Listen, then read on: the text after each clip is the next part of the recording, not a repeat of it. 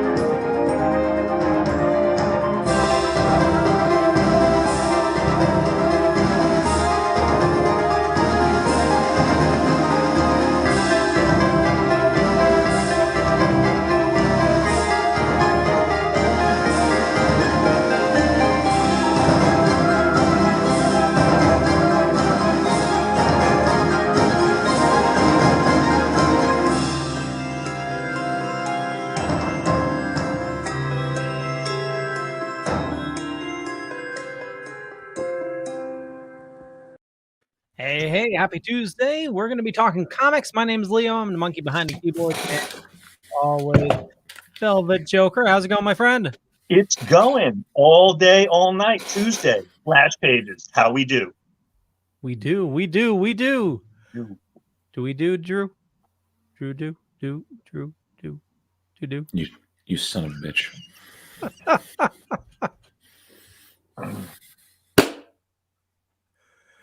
Happy Tuesday, Drew. Happy Tuesday, everybody. Let's.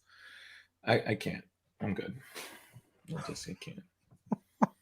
Sometimes I'm ready, and then some days I'm just like, nope, I can't. I'm not. I won't. I just won't anymore, Leo. I can't do it. Hey, at least you can just chill out here, have some fun. Everybody watching, and we just encourage you just relax. We're going to be talking comics. We're going to be talking some dorky stuff. A lot of stuff going on. Should we start off with the sad news? Yes.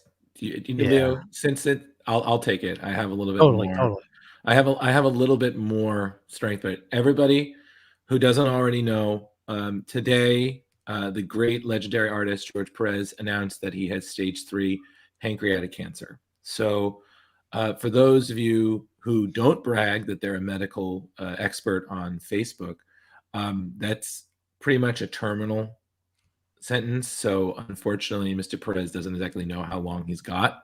But in a very heartfelt message, which really broke and made so many nerds smile today, he announced that he's pretty much accepted that fate, and he wants to make the most of his time, despite the fact that he has that and he can only see out of one eye.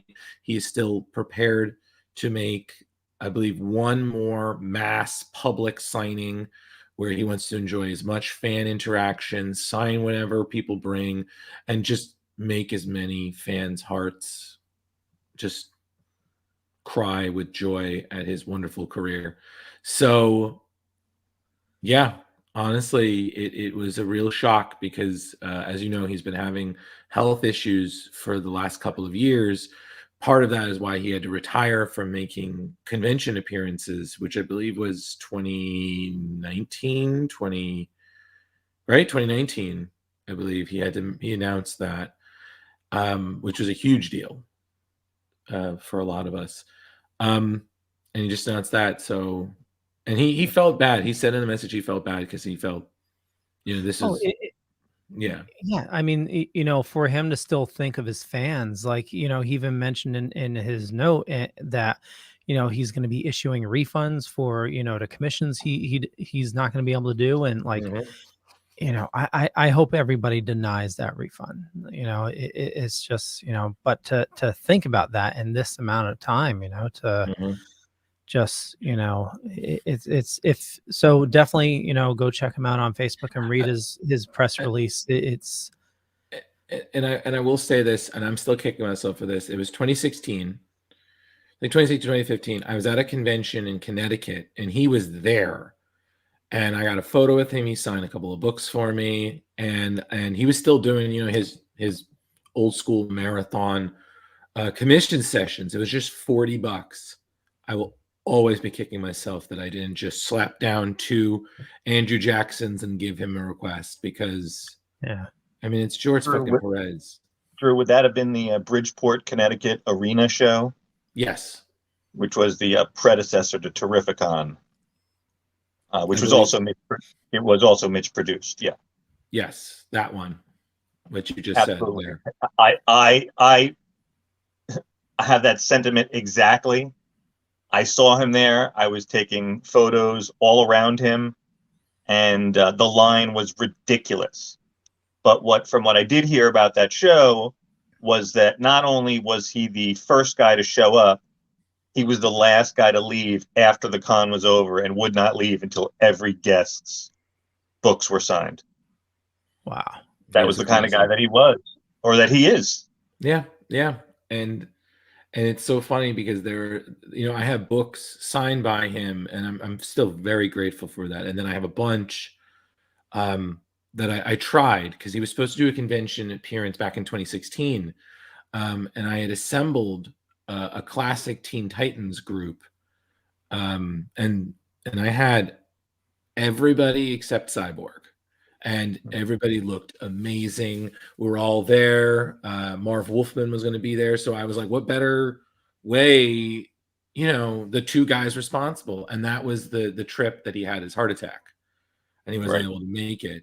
I mean, we still got the photos with Marv, and it was great and everything. But, I know George would have loved it, because I've met him twice now in my life. And, I mean, what a character, what a genuinely pleasant, enthusiastic person. Like, I don't think, honestly, it's possible that you can meet him and not have a glowing experience. The man he just made you just so happy to see him. You know what I mean? He was so grateful, and he loved seeing people cosplaying his characters.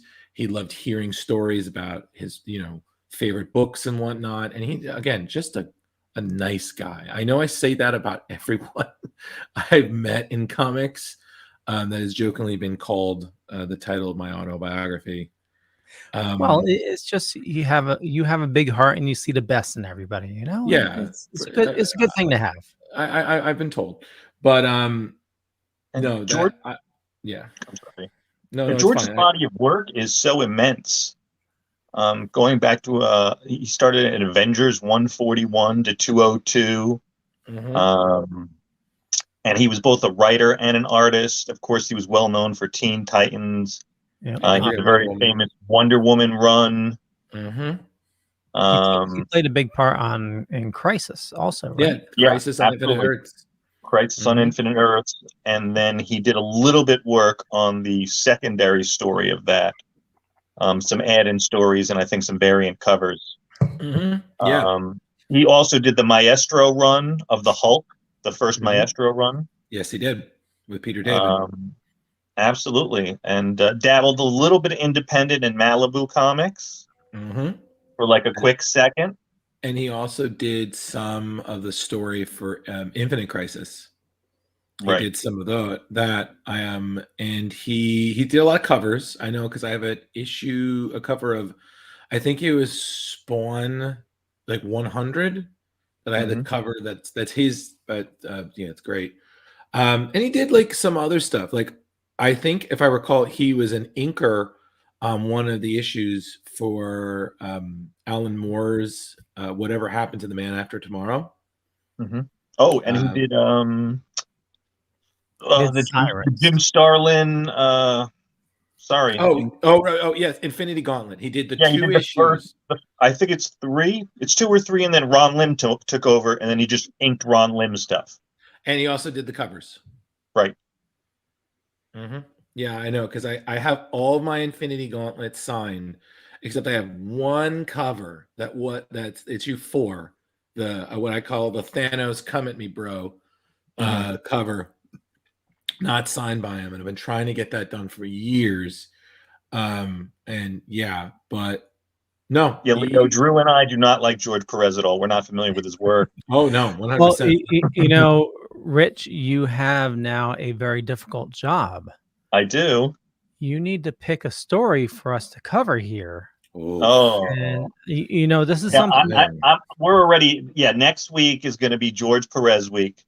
Okay. And I don't know if we're going to maybe do 2 or 3 shorter storylines or one big one, but yeah, I'm going to hash that out over the next couple of days. We're going to figure that out. Okay. I would like to recommend one. If there's one colossal story that we should cover because it's just a testament to George's work, should be JLA Avengers. I mean, what a story! And I think that was 4 or 5 years in the making. That was him and Kurt Busiek doing that, right. and they, correct me if I'm wrong, but they had previously collaborated on Avengers. Am I right? I'm not positive of. Yeah, but point being is that what a huge arc, and that's the famous story where you have Superman with, I think, Cap's shield and Thor's hammer. That image, that's from that. So yeah, I guess he was involved in a couple crossovers, because didn't he also do, I don't know if it was a one shot or if it was a small mini series, it was the Silver Surfer and Superman. I guess I'm the only one who knew about that one. And Sergio, hello there. Sorry, one of our fans had said hello to me specifically. So hello. Continue. So yeah, I think this is something that we should definitely spread the gambit of the network for, whoever wants to cover something of his. I think Brandon wants to do something on Comics Paradox. If he did anything Batman-y, we can cover it in Dork Night. And then obviously you need to pick a great story here, Rich. So, yep. I can give you some suggestions, Rich, if you want. I mean, I'm sure absolutely. You already have a few. But I've got a couple, but I'm certainly always open to the team effort. Judas Contract. What a story. Yeah. And animated. Yeah. But again, that, I mean, I was having a so-so day. I don't want to say that wrecked me, but that definitely a little somber. Oh yeah, especially reading his note is just definitely, it was heart-wrenching. It was. He's just, there's nothing more that can be said or done. It's just, he's, I mean, like we like to say about comics, he had a good run, and he, if anything, we have to celebrate. 1, he had a good run. 2, he will be remembered. Yep. And 3, his legacy will live on, and through the stories. Absolutely. Yeah. And in comics, that's pretty impressive as is. That's the real you made it, is that if you create something that constantly lives on, I mean, look at some of the characters. Like Maestro is still very much in the Marvel universe. Wonder Woman is still very much still doing her thing. The Teen Titans, without him and George Perez, without him and Marv Wolfman, we wouldn't have the Teen Titans that we have. Yeah. No Nightwing. No. Was it Baron Blood? No, not Baron Blood. Brother Blood. Mm-hmm. The whole contract storyline, which is just legendary. Absolutely. So the point being is, there's just so many reasons why this is so hard. But the thing being is that we have to accept that as much as we look up to these people and we idolize them, they're still human. Eventually, there will be a time where our heroes will pass. So what that means is we need to step up and be heroes of our own. That's what I'm hearing. We do, and we also have to protect our heroes. I'll use this as a little segue. There was actually, we didn't discuss it before the show. Mm-hmm. I don't know if you heard the news about Nichelle Nichols. No. Okay. Did you see that? It. Oh my God, Leo! It's already a somber day. What now? I'm sorry, but I definitely need. So we're having another Stan Lee moment, Rich. If you haven't heard, what is it? Her son? Okay. Yes. Wait. I heard about this. Okay. Yeah. her son has conservatorship, so he has control over her. And there was a issue at, was it LA Comic-Con? One of her old friends was trying to talk to her, and he had him thrown out of the room. Apparently he's not allowing people to visit her. It's just at a convention. And then he's like trying to force her to go. She's screaming. There's audio of this. You have to listen to it. Oh no. Yeah, it's you hear the audio of her friend trying to tell her what's happening, that, you know. Right, because we've heard for the last couple of years she's the beginning signs of dementia were sprouting. Yep, absolutely. And it's so sad, because I'm sorry to interrupt you, Leo, before you get that. No, it's fine. Totally. I've seen that firsthand, because I've met her 2 times now, and let me just tell you, what a wonderful person. Like, very calm, very pleasant. But they have to. She has dementia. You have to watch what you say around her, because certain things will set her off, and it's really sad. I've always seen that people have to say, hi, do not bring up the stroke. Do not bring up Leonard Nimoy's passing. It startled me that some people would be so crass and insensitive. But, you know, considering, you know, some people decide that in a photo op, it's time to bite the person, the celebrity. So, you know, fans of it. Yeah, that was Rich. I'm referring to the incident at, I think it was a convention where someone in a photo op bit Norman Reedus. They made a big deal about it a while ago. It was one of those Walking Dead. Wow. Fans. No, I hadn't heard that. Yeah, it was ages ago. But the point being is, put your mouth on an actor there. Yeah, I'm sure they love that. Yeah, exactly. And I'm talking, it wasn't just like, you know, a little nibble, like, oh, really bit him. She chomped him, man. And then she's just saying like, oh, I lost control. I'm so sorry. I just love him so much. And I'm like, and you bite him? Like, and hello to you, Sergio. Thank you. Right. It's just like, but it's just, my point being is, she's such a delight. And, but I also am aware of this situation, and it's so sad when you see this. Like, I know that in the end, we are to take care of our parents when they need us, but it's not supposed to be this. Like, this is just horrible to do to these people. I mean, they're famous, but they earn the fame. They put in the time, they put in the effort. Nichelle Nichols dealt with a lot in her career. She's earned this, you know? History. Yeah, exactly. I mean, you know, the first interracial kiss on TV. You know, she broke barriers, you know? Yeah, exactly. And she did not want to do that show. She wanted to quit the show. Come on, Drew, you know the story. Yes, I know the story. She was talking about quitting, and she was having a conversation there, and then I believe it was Dr. Martin Luther King told her, you can't, because I don't remember the exact thing he said, but it was essentially the equivalent of, you can't, because there's never been anybody here like you, and that's important. On TV. Yeah, like you're breaking boundaries for us, and it's important. You got to keep doing your thing. You know. But what a beautiful, wonderful woman. And I did hear. I'm sorry, Leo. I thought you were going to say that there's been another announcement that she was going to, because like you know. But this is actually, I think this might be worse. Leo, are they on top of this? Is this being investigated now? So there's somebody posted on Instagram. They took video of it. But yeah, you can listen to it. There's full audio, 2 different segments. One with her friend trying to explain to her what's going on, and she's like, I'm my own person. I can do whatever I want. And he's trying to explain to her, no, he has conservatorship. He has control over what you do, you know? Right. And then, you know, I believe it's her son, I'm not sure, has her friend thrown out of the room.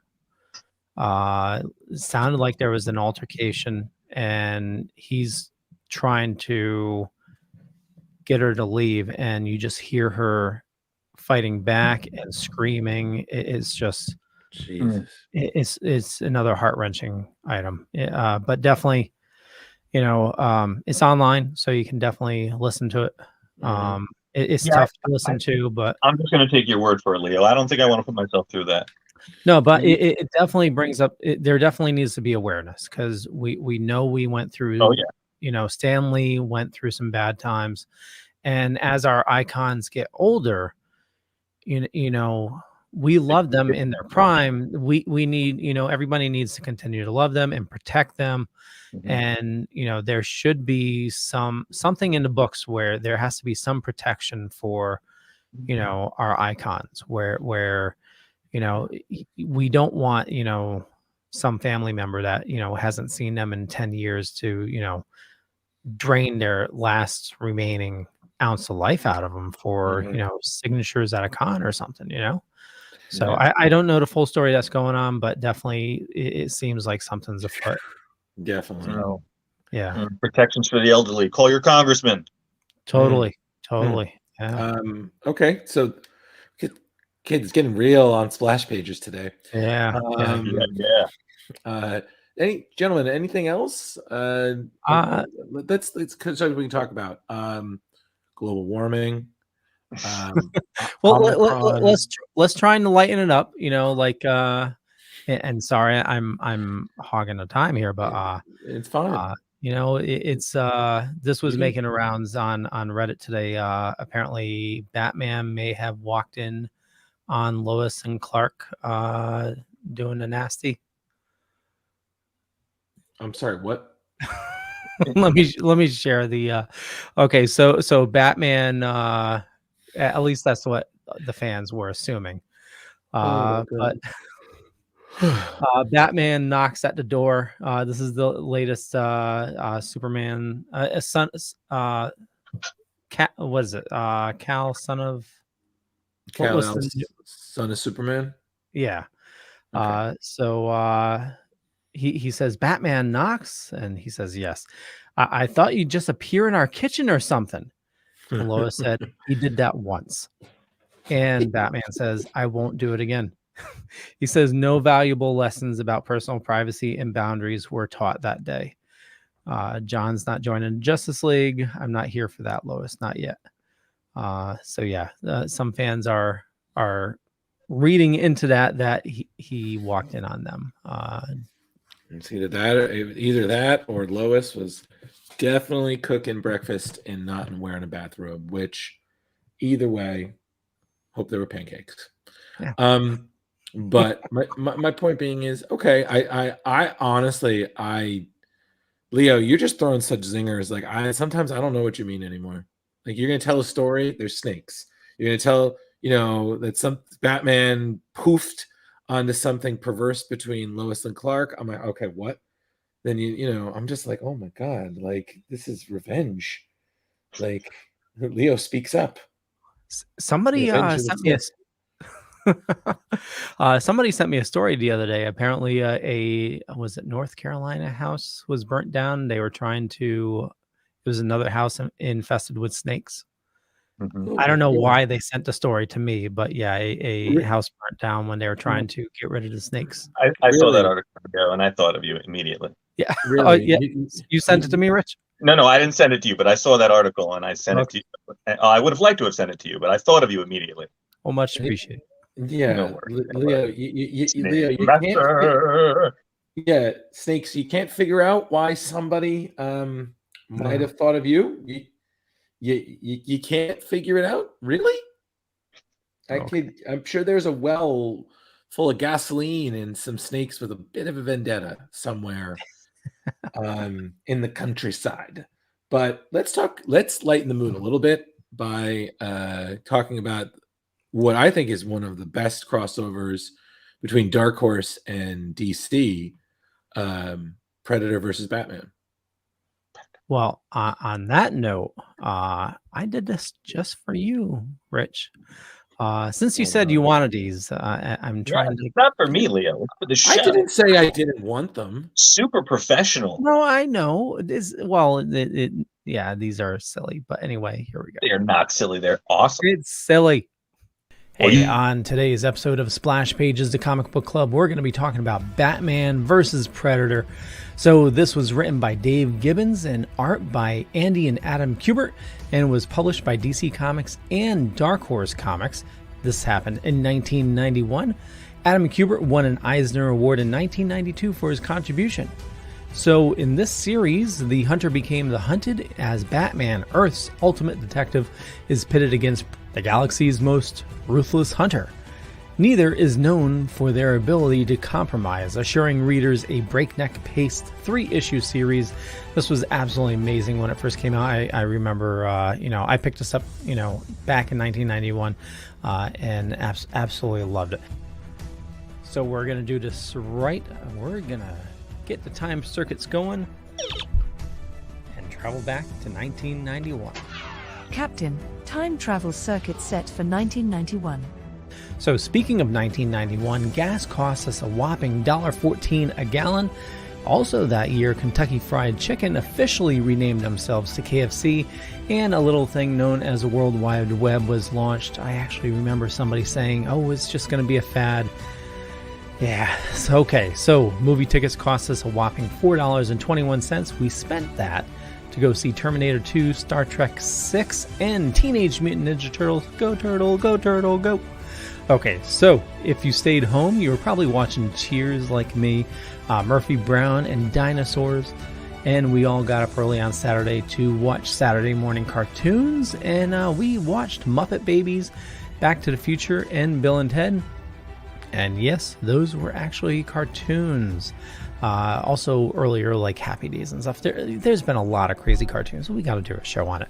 Anyway, finally, for us comic dorks, it was the beginning of the end. The market was flooded with X-Men reboots. So X-Men 1 through 5, it was the top-selling comic. But honestly, how many of us have 20 copies of each issue on our closet just collecting dust? Okay, so also that year, Infinity Gauntlet was going on. And you know what? That's it. That's 1991. And here we go.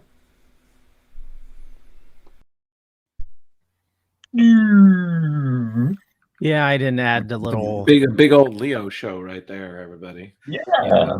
I'll shut up for the rest of the show. No. Listen, we like it. Okay, it was good. Drew, I think we should vote. Leo needs to change his name on there to Leo Pond. It needs to say Leo the Oracle Pond. I'm fine with either that, but if we do that, I need to accept that if a character is ever based on Leo, his nickname is Snakes. Okay, and that's not a Home Alone reference, although it technically could be. That's because this man and Snakes. That's all I'm going to say. Oh my God! Did you see the new Home Alone? I know we're off. It's so horrible. Oh yeah. Did you see it, Drew? No. Don't waste your time. Why? Like they turned you'll never get that 90 minutes back. Oh yeah, they turned the kid into the bad guy. They turned. It's this rich, snotty kid waging war against. Just. Not even worth it. Not even worth it. It's just. Hey, Leo. Yeah. Actually, no, Leo. Pretend you're home alone. Do you know what my favorite Lord of the Rings movie is? It's The Two Towers. Okay, but no, I just they want to reign say, supreme. Yes, the first two Home Alone are still not only great movies, a testament to Chris Columbus, John Hughes, Macaulay Culkin, and everybody in all the film, but they're great Christmas movies, and they're 100% watchable. You could watch them separately, you could watch them back to back, it doesn't matter. And then it all went to hell on the third one, and I was like, well, yeah, you put faith in the kid who was Max Keeble, dealing with spies and stuff. I was like, why are you messing up the formula? And then the thing that always irked me about it is that the kid, what he did was revealed. That was supposed to be the point. The point being is you had all this stuff and nobody knew it was Kevin. That was the point. The point being is he's a sadistic genius. But, although I did always like that theory. He was in the third one? No, what I'm just saying. Oh. What I'm saying is, and I did also love the fan theory that they made it that Kevin ended up becoming Jigsaw. I found that to be really funny. And I was just like, I just imagined the doll like, hello, Marv. Hello, Harry. Let's play a game. Well, he kind of does look like Jigsaw now, though. A little bit. You just kind of see it. But thank you, gentlemen. That's one Christmas movie I'm going to avoid. I've already started. Already watched Jingle All the Way. Nice. And it's so good. To this day, I mean, like I said, it's not a great movie. It, by all accounts, is not a good movie, but it just works. Did you watch 8-Bit Christmas? Yeah, I'm scared. I'm scared after watching that other Home Alone one. Scared of what? 8-Bit Christmas? Yeah, did you see it? Yeah, I did. Is it funny or is it horrible? Oh, I loved it. I cried at the end. Okay. What? Yeah. Oh, all out tears. My wife had to console me. It was yeah. But I mean, being, growing up in the 80s, it definitely hit a lot of points really good. Mm-hmm. It definitely felt like the 80s, it's Is it a comedy? Yeah, it's a mixture of Last Action Hero, not Last Action Hero. Is it Jingle All the Way where he's going? Where's the Arnold movie where they're chasing a toy? It's Jingle All the Way. Jingle All the Way. It's a mix of that and Christmas Story. Okay. If you take those two and put them together and put it in the 80s. Okay. I'll have to give it a shot. Yeah. I will say this just before we get to the thing. Can we all? I feel like we should all agree. Rich, I'm sure you have one.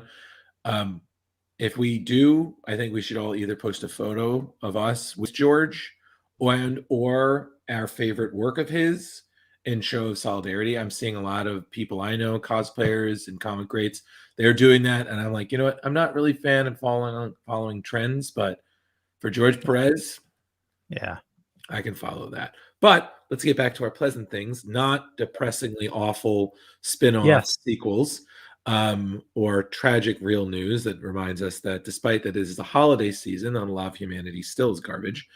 Batman versus Predator. So fa la la la la, fa la la la la. Yep, it's never a good Christmas in Gotham, kids.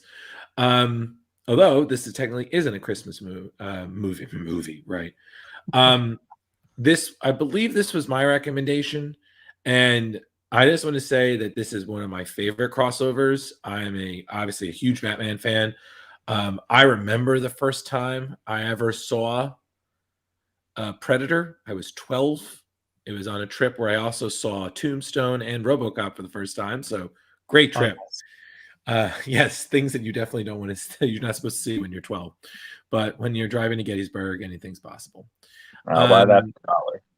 Indeed, but hands down, Predator is great. I think I still always try to judge a man by if I can get a nice handshake and you just get that, that just, you son of a bitch. No, I kid. But Predator's great. The franchise did what all sci-fi franchises do. It kind of went off the rails a little bit, but the comics is still where it's at. And this was just a beautiful thing. You have a dream team. You have Watchmen's Dave Gibbons, who proved that he's not just an artist, he's also a phenomenal writer. And then you have the Kuberts. You have Adam Kubert as the artist. You have Andy on inks. You got these gorgeous, I want to say, painted covers almost. Well, they called them premium covers. I remember picking this up on the shelf that it was just a nice, beautiful, glossy cover. Mm-hmm. Yeah. And, And they also said that this was the very first crossover with the Aliens Predator franchise. Interesting. Yeah, but I mean, honestly, I have to say, like, this is such a '90s book. I feel like I was reading it, I was watching it under like a tinted, like Snyder-esque lens. It's just gritty and intense, but it flows so well and whatnot. I mean, I'm sure if you can tell, I thoroughly enjoyed it. So instead of giving a play-by-play this year, I thought we could just have generally more of a conversation, point out our favorite parts. Totally. I was going to recommend the same thing. Cool. Well, yeah, that's why we're on the same show, Leo. But personally, for me, I mean, what a great way. And it's funny because I feel like this story elaborated more on what Predator 2 did. For those who don't remember, there was actually more than one Predator. And Predator 2 had our lovable Danny Glover fill in for Arnold Schwarzenegger in taking down a predator lost in Los Angeles, where instead of skinning Marines, we're going to skin drug dealers and the like. And essentially it played on the whole thing that the point of it is that the predator hunts, which, whatnot, but that certain adversaries it overlooked versus others. So you have a predator loose in Gotham, and he's essentially going after the biggest prey. So when it's not prize fighters, it's crime lords, and when it's not crime lords, it's the head political officials, and if it's not that, it's Batman.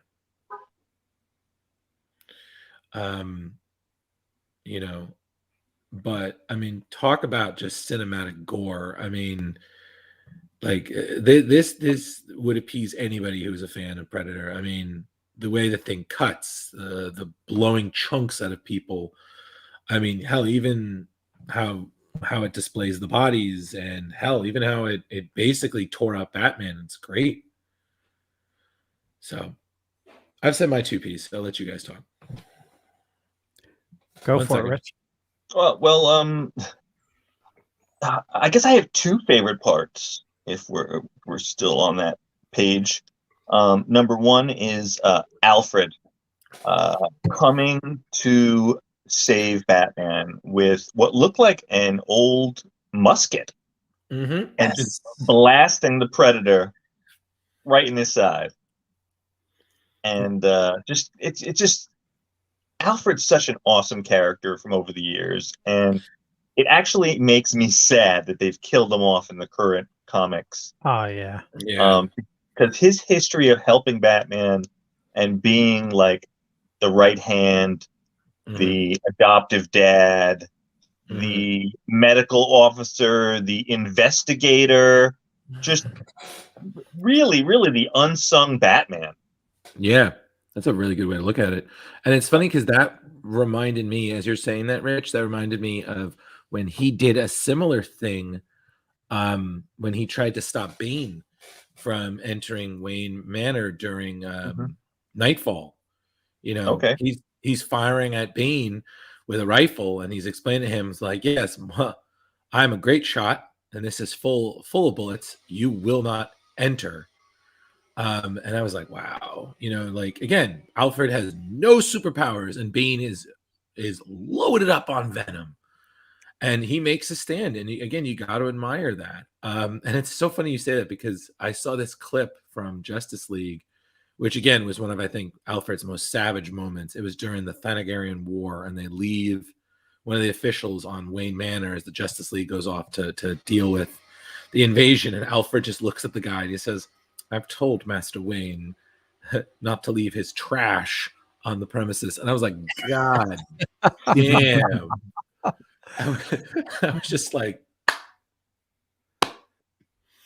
God damn, Alfred, you're holy shit. Also in the beginning of the Tom King run, you had Alfred dressed as Batman as bait, which was hilarious. Oh yeah, 100%. So Rich, you said you had the second one. What was this? Well, the second one kind of ruins the end. I don't know if you want me to really go into that. I mean, is there a way you can talk about it without giving away the ending?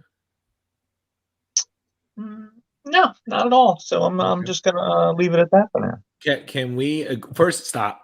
Look at this is beautiful. I would have this on a poster. Look how beautiful that shot is right there. I mean, I have to also give credit. Like this suit, like rereading this, I forgot how much I loved this Batman armor suit. Like it is just perfect. Like it honestly, I wish he'd been fighting Superman with this and Batman vs Superman, because I would have been totally fine with this. Thank you very much. Appreciate that. Yep.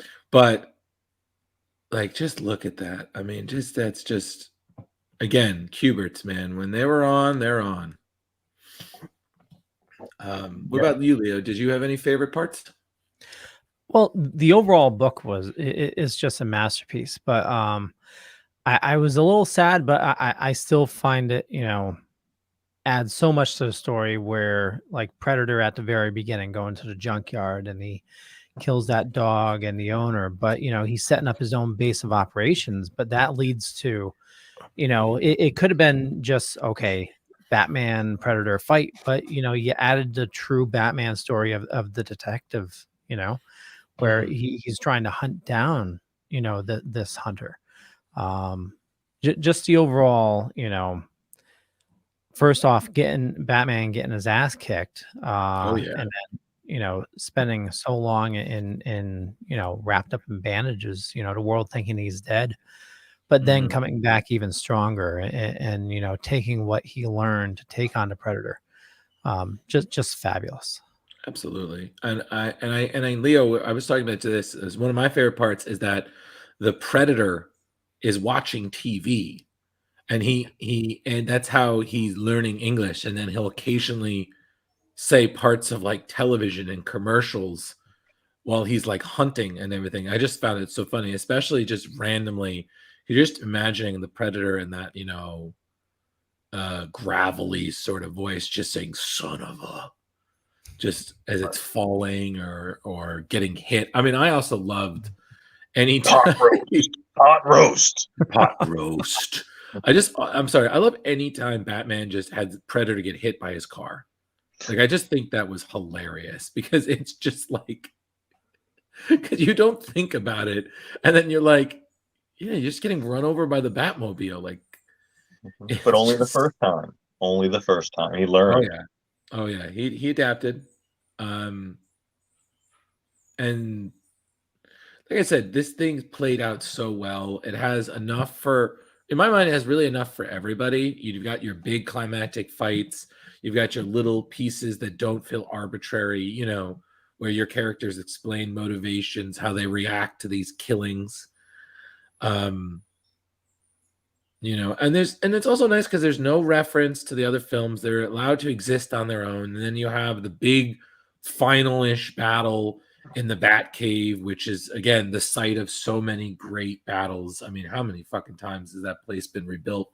Probably as much as Xavier's mansion was. And I love the tie-in to that. They really honor sort of the Predator's lore and what we've seen in the movies at this point. I mean, everything from the 3-point lasers to sort of the code of, killing the dangerous and the killers. Really honoring that, and then tying that in with Gotham and the Batman lore. It was a nice, delicate dance that I think Dave Gibbons really excels at. Absolutely. And I feel like, on top of it, I've said before, like, you could not have better collaborators. I mean, the Kuberts, they do so much with 6 panels, and it never, to me, the pages never felt convoluted and never felt too much. It was just the perfect amount of pacing and action. And I gotta be honest with you, this to me felt very cinematic. Like, I could easily see this be adapted, I would say, and 75% of it would be fine if it was just left alone. I mean, yeah, they're going to change things, but it's got that kind of feel.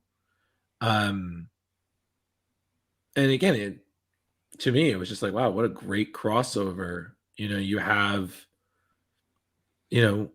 this pinnacle of human focus and determination and training versus what is essentially the ultimate alien hunter. I love another thing that what was just amazing. You just had a couple panels here saying so much where he sees the hunting trophies, and from that he gets the champion, or not, he's not called a champion now, but he understands the rules, making that assumption that he's hunting a hunter. Mm-hmm. And it's he has a challenge.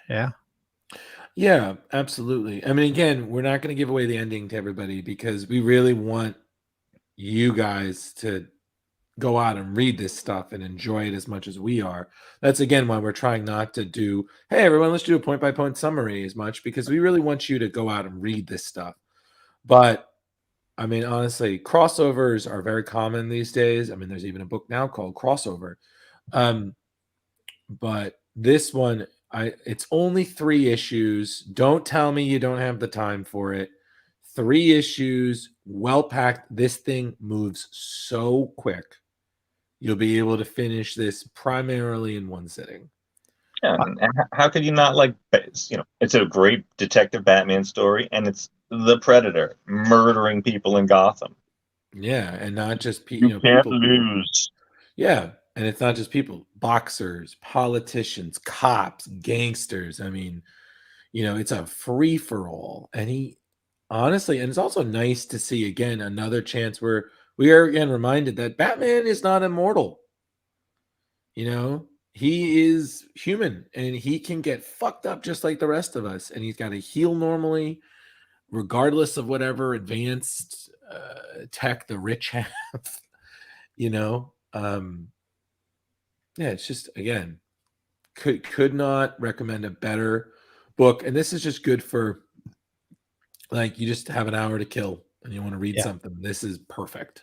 And if you're looking to, if you're a collector, finding the original 3 just shouldn't be too hard. Yeah, but they're beautiful books, very very high quality. Dark Horse at that time was just phenomenal. The greatness. Dark Jedi. Oh my God, that was. It's always going back to Star Wars, Rich. Yep, man. I mean, this is Dark Horse is when I like kind of back in the 90s, I kind of veered off to mainstream a little bit myself. Well, I mean, Dark Horse at that time was pumping out a lot of great stuff. I mean, you had Batman, and you had, Hellboy, you had Sin City, you had The Mask, a lot of really great stuff that was pushing different mediums. Yeah, I mean, Dark Horse has always been a great place for out of the box stories. A lot of times very gritty, sometimes horror, actiony, very stuff that you typically wouldn't see DC and Marvel do. But 90s, yeah, this was what a wonderful thing, and it was followed up by 2 sequels.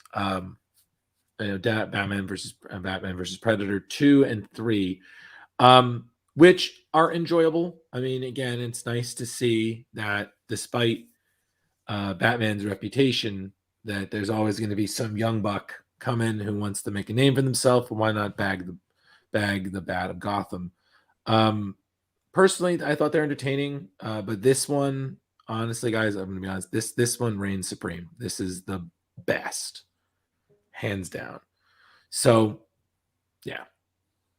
And when you do read the end, you'll understand this because he's Batman. 100% because he's Batman. And don't you dare question it. So, any other sort of points of interest on this particular storyline? No, I think we summarized it pretty well. Yeah. All right. So we're going to crowbar this bitch up? Yeah. Just real quick, if you are looking to pick it up, like I said, you can look, go to your local comic shop. Or Amazon, you can get like the graphic novel that has all three in them. Absolutely. Also, speaking of just like news, I mean, what about that huge issue Amazon was having today? I don't know if you guys heard about it, but there was a lot of issues with shipping, logging, and whatnot. I use this app at work, and it's like a majority of my job, and the service just shut down. They sent a warning saying Amazon Web Service outage. That's interesting because I do gig work all day, and one of mine is Amazon Flex, and it's unusual. I mean, sometimes Tuesdays can be slow, but I didn't get one Amazon Flex offer, and even when I reached out through the app, there seemed to be like no offers all week, and I was like, that's odd. Yeah, and that's huge too, because quite a lot of people don't know a lot of the internet runs off of Amazon. You think Amazon, this is where I'm gonna buy my toothpaste and have it tomorrow, but it's scary to think that the shopping aspect of Amazon, that's gravy for them. That's their side business. Yeah, going to the holiday season. Well, I mean, like their actual business is the web services. That's where they get a majority of their money from. Okay. So it's the tech services that they offer. So like the shopping and everything they make on that's like gravy to them. That's icing on the cake, which is absolutely insane. But that's why Bezos is the richest guy in the world. But I will say, everybody just, again, always have backups. I mean, people make fun of me sometimes about it, but that's why I love using eBay, because sometimes you have to deal with that, but then you don't have that guaranteed 2-day delivery. So, point being is, everybody, it's going to be it's supposed to be rough this Christmas season for especially presents that you're shipping. So my advice, anything that needs to be done before that needs to be done, wrapped under the tree, ready to go before Christmas, do it now. And things that are for people that you aren't going to see till after Christmas, hold on. You can, that'll wait. That can wait. Because the last thing you need is pulling your hair out or whatever's left of it. Worrying about packages being lost or confiscated or whatnot. That's just me. Your relatives are going to love you just the same. Whether they get the present this week, next week, or you just love them and make them a nice card made out of macaroni. But just make sure that if it's for your immediate family, don't drop the ball on your mom and dad. That's all I'm going to say. So, all right. So let's crowbar this mother. I'm going to give it 4.5 because honestly, this is pretty perfect. Usually I like to leave a little for margin error because there are so few in my mind that are perfect. Even though I feel like I'm the one who's given the most 5s in this group. But I'd say 4.5, 4.75. This was a pretty awesome book, and I always recommend it to people who enjoy both Batman and alien sci-fi movies. So, gentlemen, I'll do 4.5 as well. Yeah, absolutely loved it. All right, and me being the usual wild card, I'm going to go with the 4.33. So unpredictable. That's the way I roll. Yes, it is. So, I'm trying to think, is there anything else? I mean, anything you guys are reading? I finally got caught up on the current Batman run. So nice. I read the entire Rebirth, and I hope it gets better. It's just, you're talking about Alfred getting killed. I posted this in a Batman community, and it's just, whoa, dangerous territory there. I know, but clowns. I'm a little upset. The Tom King run. I mean, I forgot who the current writer is, but basically, it was James. Are you talking about? Tynion? Yeah, the whole Joker war and everything. Yeah. So they killed off Alfred, And the whole thing was like Damian was in front of him, and you know, it kind of fucked up Damian. And I know they gave Damian his own series and everything, but you know, that set off, you know, Batman losing his money. And I thought that this is going to be a great way to bring Batman back to like a year one type of thing. You know, he's down in the streets. He has to fix his own Batmobile. He has to, you know, he's living off of, you know, a mere couple $1 million. You know, it's just he's needing to relearn everything. But then they go into this fear state, blow everything up, and it's like they totally forgot about that. It's like Alfred died for nothing. Batman lost all his money for nothing. It's like they totally forgot what was going on.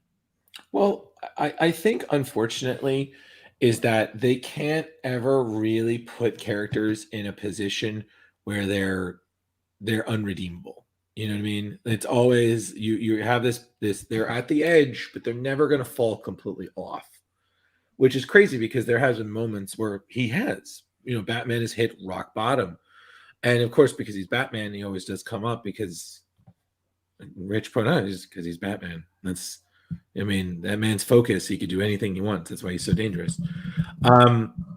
I kind of agree with you though, Leo, because I was reading it pretty religiously at one point, and then when Fear State came around, I just kind of petered off because although I agreed their version of the Scarecrow looked terrifying as ever, like Jorge Jimenez's art is amazing, hands down great.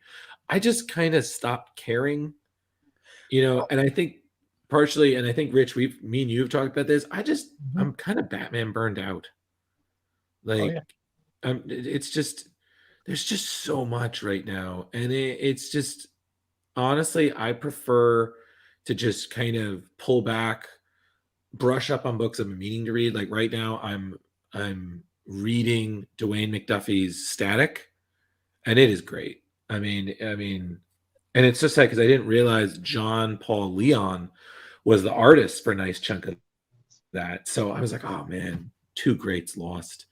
You know, Dwayne was an amazing writer, and not just comics, but I mean, some of his episodes of the Justice League were just perfect. Like the one episode he wrote, which was the epilogue to the JLA, and also kind of concluded a lot of Batman Beyond's Empty Plot Threads. I still cry a little. The scene with him and Ace, that was all Dwayne McDuffie, and it is still one of the best things I've ever seen animated. Yeah, I prefer that stuff because Leo, it's like we talked about, older comics, just they had this thing that I feel like so few newer comics don't grasp because they're always either trying to reinvent older storylines for new generations, kind of remaking that, or they don't create stories that are gonna continue because I feel they're afraid that their work will be just undone by the next writer. You know, I'm gonna play with my toys, then I'm gonna put them in the toy box so someone else can play with them, and everything I just did is tears in the rain. Yep. Yeah, it's, you know, hopefully, I don't know, it just seems like Batman's gone downhill, and I was gonna go somewhere with that. Scarecrow. You mentioned Scarecrow. The story was okay, but that means we had two Scarecrow stories like in a row. You know, they didn't need to do that. You know, it's yeah. So we have a new Batman writer this week, new artist. So fingers crossed, it gets better. But what about you, Rich? You reading anything? I'm not really reading anything at the moment. I did mention before the show with you guys, I had seen the first four episodes of Young Justice. Interesting. I'm trying to see where they're going with it, but I'm not going to give it a hey or a yay right now. But you know, still decent writing, decent voice acting. And also, I was really impressed with a show that I had no prior knowledge of, which was Marvel's Hit Monkey. Which is on Hulu. For those who don't have Hulu, look it up. I knew nothing about Hit Monkey coming in. I'm like, I'm going to turn this off in like 2 or 3 episodes. It's about a monkey that shoots people. And it was really well done. I really liked it. We had some great voice actors. And the way they laid out the story was really interesting. So if you guys haven't checked that out, check it out. It's on Hulu now. Absolutely. I would just want to say I would 100% do Jason Sudeikis's Ghost Guide if someone was going to be Hit Monkey. Nice. And wrapping up what you two both said, I'm going to make an effort for 2022 to stay away from a lot of the main titles unless there's something going on relative to them that's exciting. I want to go this year for more of the secondary characters, the more independent stuff that, the Dr. Fates, the Constantines, the Justice League Darks instead of just the Justice League, Swamp Thing, a lot of Zatanna. I'll do some Gotham stuff, but maybe more Nightwing or Grayson. Maybe not so much the Batman or Superman or JLA or Avengers. If you haven't read it, the new Robin series is pretty good. I agree with that. I read that. And JLU has been pretty great too. J.M. DeMatteis has been doing a wonderful job with that. I mean, if you loved the show, that's great.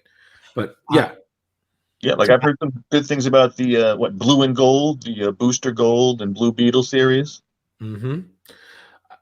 I think just what it is that unfortunately when things are popular, comics will just oversaturate with the presence. And I think essentially what I think comics should do is they should have a period of 5 years where they don't do any major crossovers. You can do crossovers with like a character, but you don't do like company-wide events. You spend 5 years building your characters, building your bullpen, creating, good honest stories. And then once everyone's at their peak, you bring in the big threat. You know what I mean? You kind of, and you can do kind of like what Bendis did with Secret Invasion. You can have something in the background going on and little hints, and then suddenly boom.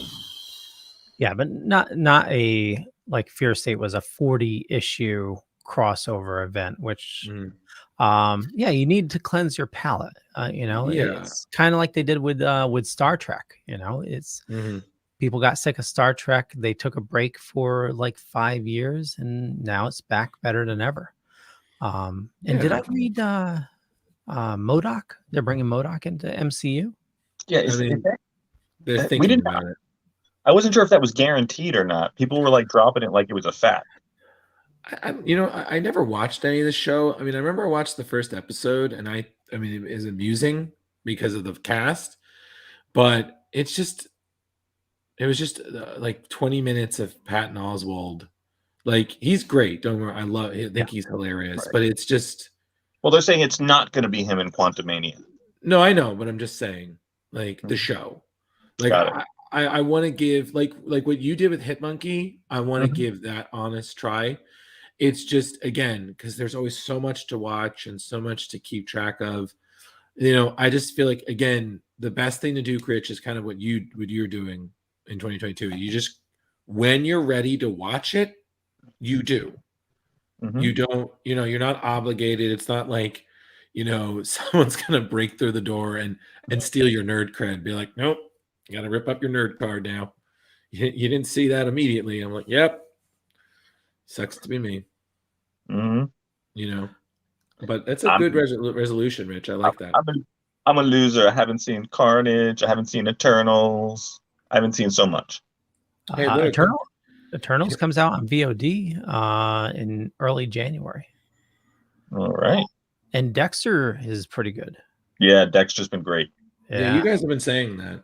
And other people I've been hearing, well, considering how the finale went for that last season, I feel like we kind of needed a little redemption.